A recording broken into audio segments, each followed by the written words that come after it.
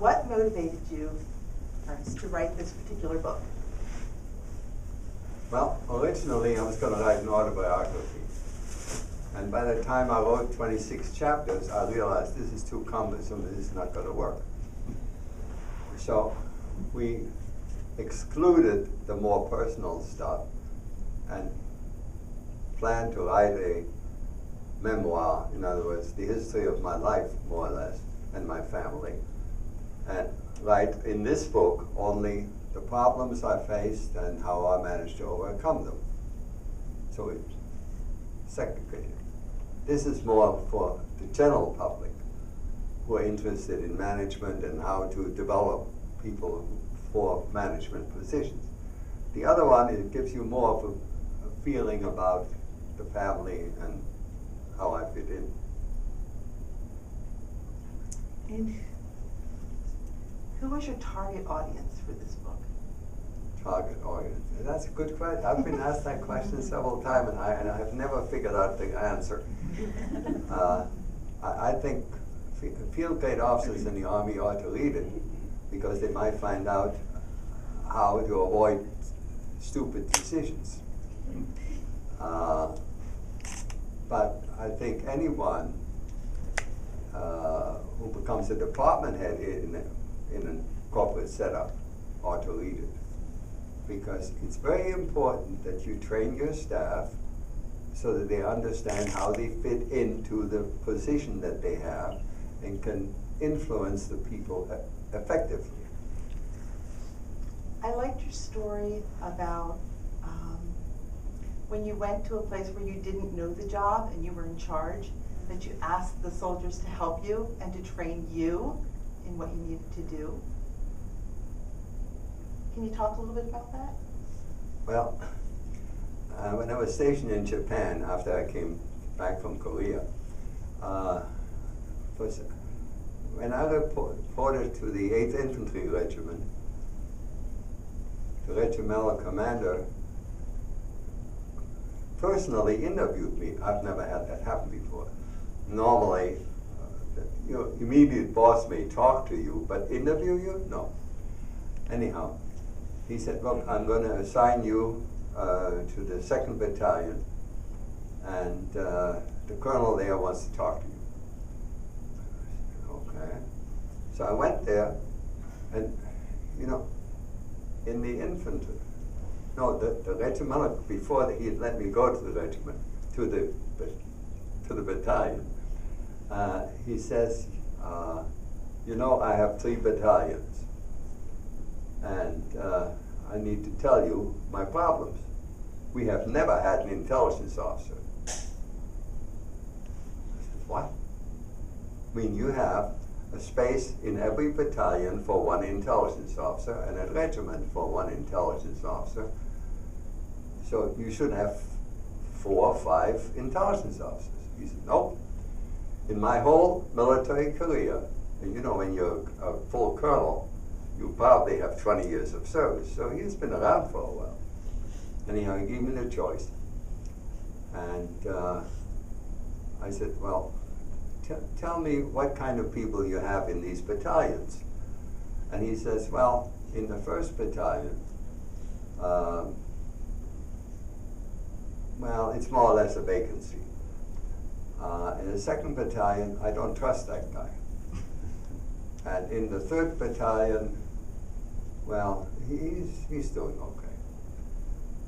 I said, well, then in that case, I need to go to the 2nd battalion. If you don't trust that guy, we need to get him out of the job and ship him out. So he did.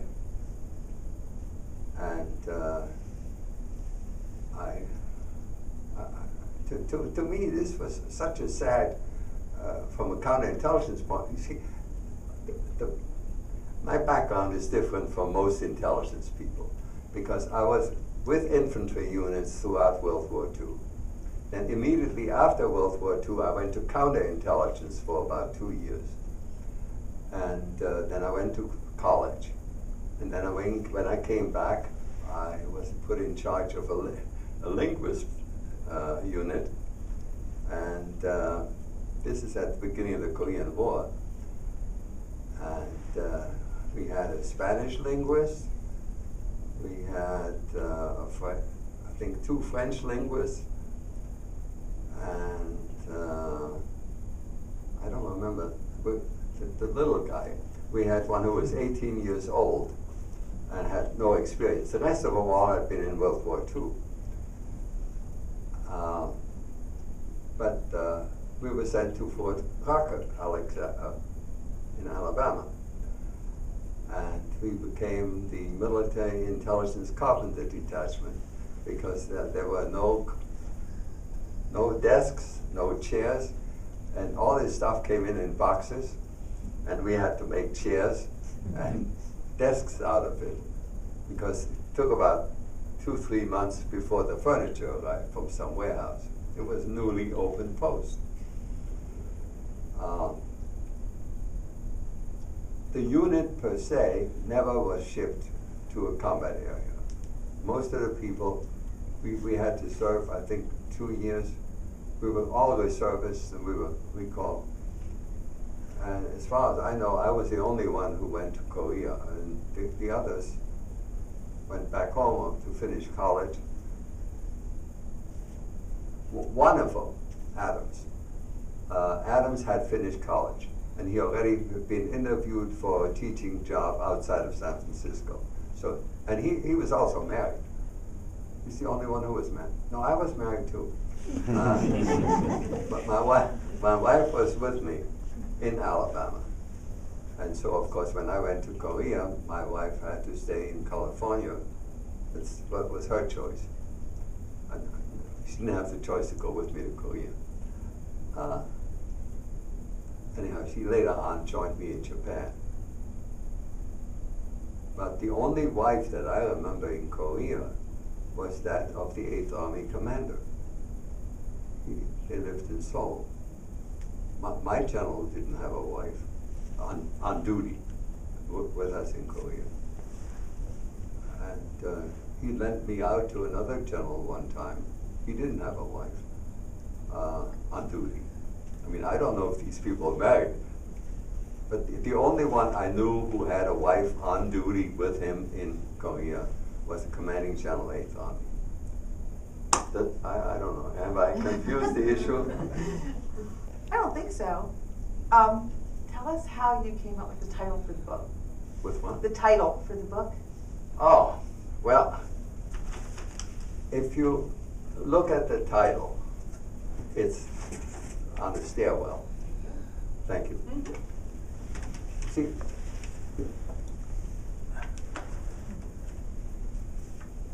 it's going up.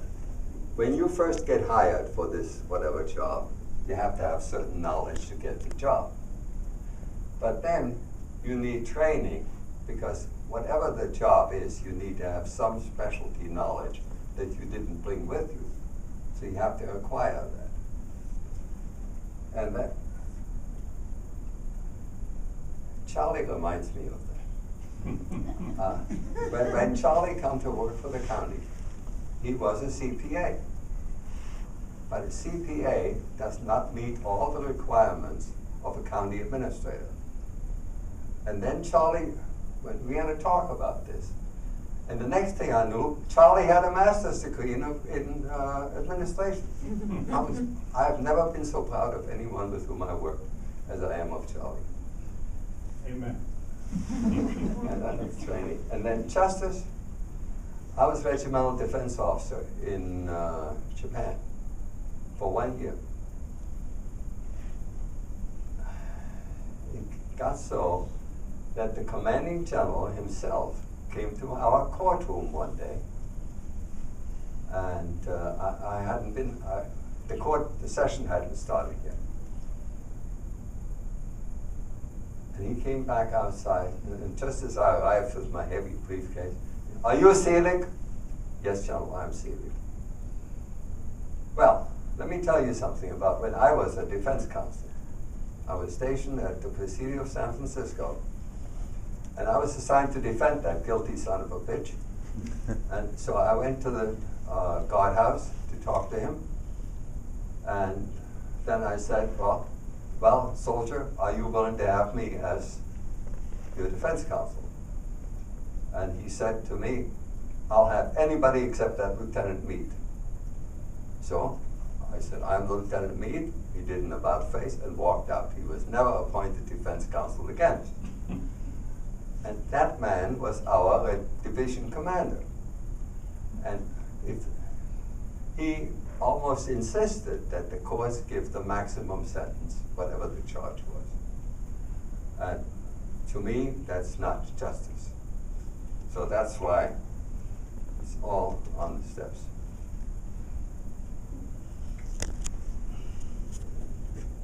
Before I go on with the rest, does anybody have a question they'd like to ask? It's you and me. So, in reading the book, you have such a fantastic memory, but in addition, did you keep logs or diaries during your service time that helped you recall names and all the details? The sad story is, I had a diary. But when I was wounded, they packed up all my stuff, gave it to the supply sergeant, and I never saw it again. And he probably sent it to some depot. But I had a little book like this one. And every day when something unusual happened, I would write it in it. Now, it was against the regulations to have a diary. But you don't take it into combat when you're actually in physical contact with the enemy, because if the enemy intelligence officer gets that book, then he can know a lot about you and your unit that you don't want him to know. I like to deviate at this point. Periodically, we captured mail bags for the German army. And I would read all the letters. If I didn't, Fritz, my colleague, did. But one of us read the letters. And about 2 days after that, we sent out a patrol. And the sergeant who led the patrol came in and said, Field Marshal, I got great news for you. I brought a high-ranking officer. I said, okay. Tell me what he has up here. So he says, well, it's a silver border all the way around and 2 pips on it. I said, that's wonderful. You know, the man he brought in was a sergeant first class, E6 in the American Army. So I said, you go out there and you say, Feldwebel Meyer, please come in. And this man came in, and I said, Feldwebel Meyer, I'm happy to see you. You know my name? Oh, yes, yes. I've been hoping to meet you. And I said, sit down. You're from Mainz, right? Yes. Okay. Yeah, you're the man I'm looking for. So I told him that the window in the corner room, you would call it a dining room, the window was broken and it was fixed. Mr. So-and-so, you know, he lives down the street, about a half a block. You know, an old man. Yeah, I know him. I know who you're talking about. Well, he fixed the window for your wife. And your daughter doesn't have a cold anymore. How do you know all that? I'm sorry, I'm not allowed to tell you that. But I'm really happy to be able to communicate that to you. So, that's what you get from reading other people's mail.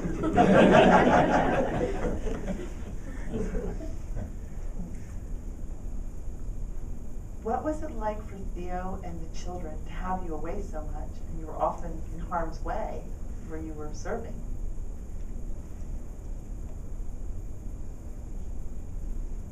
Those of you who know my wife know that she's an excellent manager, or at least she was. Unfortunately, her brain power has deteriorated some, but she's still healthy. She raised the children and did a tremendous job. Our daughter got, well, she's the least educated. She only has a bachelor's degree. And that's strange in our family for some reason or other. She got it in occupational therapy out in Washington, in the state of Washington. And she has raised two wonderful daughters, and she married maybe I shouldn't say so, but I do, a brilliant man who was for several years a general manager of a plant in California. And one of the things, Joel, when he was, after he got his PhD, he was at MIT in the engineering department. But the thing that bothered him, that he had no practical experience. So he told the dean that in order to feel successful, he needs to have some practical experience. So the dean said, okay, don't do anything about it. Let me handle it. Well, 2 days later, one of the alumni came in who happens to own a company in California. And the dean had a chat with that man, and then the man talked to Joel. The man, president of that company, then offered Joel a job as a special assistant to the president. Well, that lasted about 3-4 weeks. And then he appointed him vice president of research and development. And he was on that assignment for 2 or 3 years. And then a corporation that had 33 companies, right now I can't think of the name, they hired him to manage one of their plants. And he did that, I think he did that for about 7 years. And all these jobs were in California. I mean, well, the girls grew up. And then he felt he was ready to go back to teaching. So he again contacted the dean of engineering, and he says, okay, I'm glad to know that you're willing to come back, but don't do anything about it. I'll get back to you. I want for you to have a chair. So, and if you know what it means to have a chair at a university, it's an endowed chair, and it pays fairly good money. It's a relative term, fairly good. It took another, I think, 6 months for them to get a chair founded. The man gave, I think, $22 million for that purpose. And the man who funded the chair, he insisted that the engineers understand the bottom line. Now, those of you who are in business know that engineers sometimes know all about engineering, but they don't understand the monetary impact. And that man insisted, if you want me to fund the chair, you graduates will have knowledge. And so Joel developed this program together with another professor. The other professor is now teaching in Moscow, so I don't know how long that's going to go on. But then he hired the senior instructor of the ROTC to do liaison with corporations. And he got a 5-year appointment, Joel did, to work on that job. And then it was renewed 5 years. And then it was renewed again for 5 years. So Joel says, I'm now an old man, and I'm eligible to draw Social Security. I said, that's wonderful, but you're not old, and as long as you're effective and you enjoy doing it, enjoy it. So I don't know how long he's going to stay there. Our daughter wants out of there because she sometimes has to shovel snow 5 times in one day. I mean, MIT is out in near Boston. It's very bad snow, not like around here. So our other child, Randolph, he's a financial I don't know what to call it. He helps people sell their companies or buy companies. And sometimes people who are the, sole owners of a company want to retire, and their children don't want to work in the company, so they want to sell it. So he helps them do that. And then sometimes there are 2 or 3 people who want to buy a company, and he helps them find one.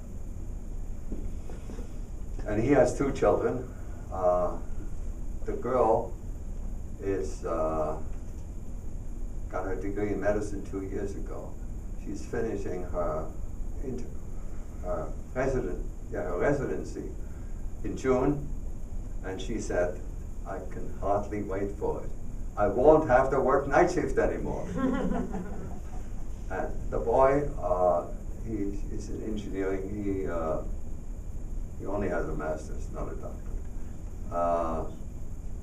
And he founded a company, I think 1.5 years ago, to make not hearing aids, but hearing enhancing thing. And you have to have some level of hearing to use it. And then you connect that to a telephone. I can't explain it to you. But anyhow, they have now plans that this spring they're going to ship out the first 50,000, and maybe 5,000. They go out to designated people who sign up, and when they buy the instrument, it costs $69. And then you have to respond to them periodically to tell them if there's anything that needs to be improved before they build more. So he's working very hard, and it's very difficult for me to talk to him because Grandpa, I would love to do that, but I'm very tied up. How about doing it on this day and from such and such time to such and such time? Okay, Alexandra, I'll go with it. Sounds like they paid attention to your advice about networking and building those relationships that you did throughout your career. Yeah. The dean. Well, when I was working, I had 12 associates. I don't think any of my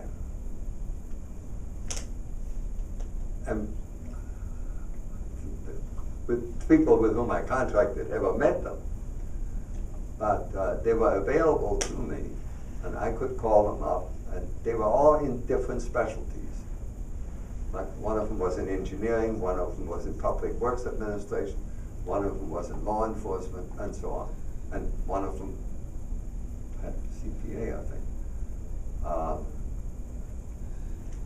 When you do personnel consultant the way I did, you first need to realize how little you know. And then you get people who know, and they know in certain specialties. And then you can call them up, and you can say, Debbie, you know about libraries, and I have a problem here at a library, and I won't tell her which library it is. And here's the problem. Now, what am I supposed to do about this? And then Debbie will either answer the question, or she'll say, I'll think about it, I'll call you back tomorrow. And by using this system, I mean, my vice president, her mother is here, but she isn't here yet. She's supposed to be here. I mean, we've been friends for 33 years. And she feels the same way about it. She has 2 master's degrees. I only have 1.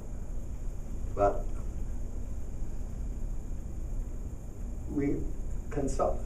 I've worked with other consulting firms, and the people, they give me the impression that they want to think they know everything. And I think that's very dangerous. And Terry and I don't feel that we know everything. from your career experience in wartime and in peace,